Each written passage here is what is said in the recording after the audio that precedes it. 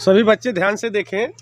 किसी चक्रीय चतुर्भुज के सम्मुख कोणों का योगफल 180 अंश होता है या किसी चक्रीय चतुर्भुज के सम्मुख कोण समपूरक होते हैं। दोनों एक ही बात है, ठीक है। अब उसके बाद चक्रीय चतुर्भुज क्या है? चक्रीय चतुर्भुज किसी वृत्त के अंदर, ये आपका वो केंद्र वाला वृत्त है, किसी वृत्त के अंदर जो है ऐसा बना चतुर्भुज जो चारों शीर्षों को छूता हुआ, वृत्त के अंदर हो ऐसा चतुर्भुज चक्री कहलाता है। अब उसके बाद आप ये बी सी डी इस प्रकार का बना चतुर्भुज जो है चक्री कहलाता है। अब ये चक्री बन गया किसी चक्री चतुर्भुज के सम्मुख कोणों का योगफल। ये चक्री चतुर्भुज है कौन? ये बी सी डी। ये वृत्त के अंदर बना हुआ चतुर्भुज चारों शीर्ष जो छू रहे हैं, तो ऐसे चतुर्भुज को चक्री कहा जाता है। अब उसके बाद जो है सम्मुख कोणों का योगफल। सम्मुख कोण कौन है? इस कोण के सामने वाला कोण ये है, इस कोण के सामने वाला कोण ये है। तो इसमें का है योगफल, इसका और इसका योगफल। तो हमें जो सिद्ध करना है कि कोण डी प्लस कोण बी इक्वल 180 अंश, या हम ये भी कर सकते हैं कोण ए प्लस कोण सी, कोण ए प्लस कोण सी इक्वल 180 डिग्री। ये हमें सिद्ध करना है। अब कैसे सिद्ध होगा ध्यान से देखिए। अब हमने क्या है रचना कर दीजिए यहाँ पर। रचना क्या करेंगे? ए को ओ से तथा ओ को सी से मिलाया, तो इसमें लिखिए रचना ओ ए तथा ओ सी को मिलाया, ये हो गया। अब उसके बाद क्या है?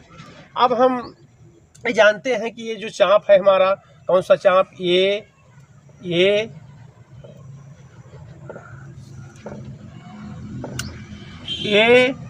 बी सी चाप द्वारा जो केंद्र पर कोण बना है ये वाला है, ये ओ बी। तो अब यहाँ पर लिखिए, चूंकि चाप ए बी सी द्वारा केंद्र पर बना कोण ए ओ बी तथा शेष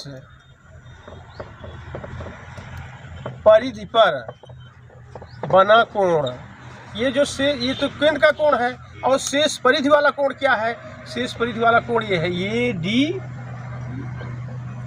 डी सी है। यहाँ लिख दीजिए ए डी सी है। इसलिए एक बताया जा चुका है, आपको सिद्ध कराया जा चुका है कि इसका ये दूना होता है, ये सिद्ध कराया गया। तो इसलिए टू कोण ए डी सी इक्वल कोण ए ओ बी, ये है।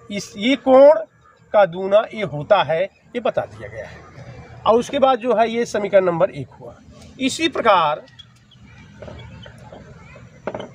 प्रकार अब इस चाप से ले लो, चाप ए डी सी द्वारा, चाप ए डी सी द्वारा केंद्र पर बना कोण। अब इससे इधर से ले लो, ये वाला ए ओ सी, ये वाला कोण, इधर वाला बना कोण ए ओ सी तथा शेष वृत्त की परिधि पर बना कोण ये वाला है, ए बी सी, ये वाला ए बी सी है। इसलिए कोण ए ओ बी बराबर टू कोण A B C, question number 2 हो गया। अब समीकरण 1 और 2 से ले लो। समीकरण 1 व 2 को जोड़ने पर, अब उसके बाद जोड़ दीजिए ए ओ बी प्लस कोण ए ओ बी इक्वल टू कोण ए डी सी धन टू कोण ए बी सी, जोड़ दिया।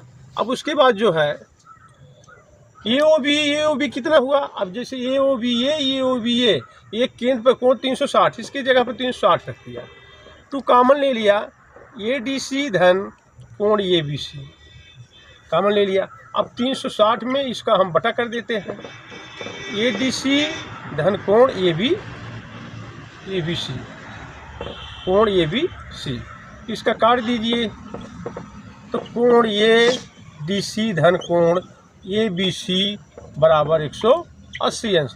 कोण डी और कोण बी ये हो गया। अब उसके बाद या हम लिख सकते हैं कोण डी धन कोण बी इक्वल 180 अंश।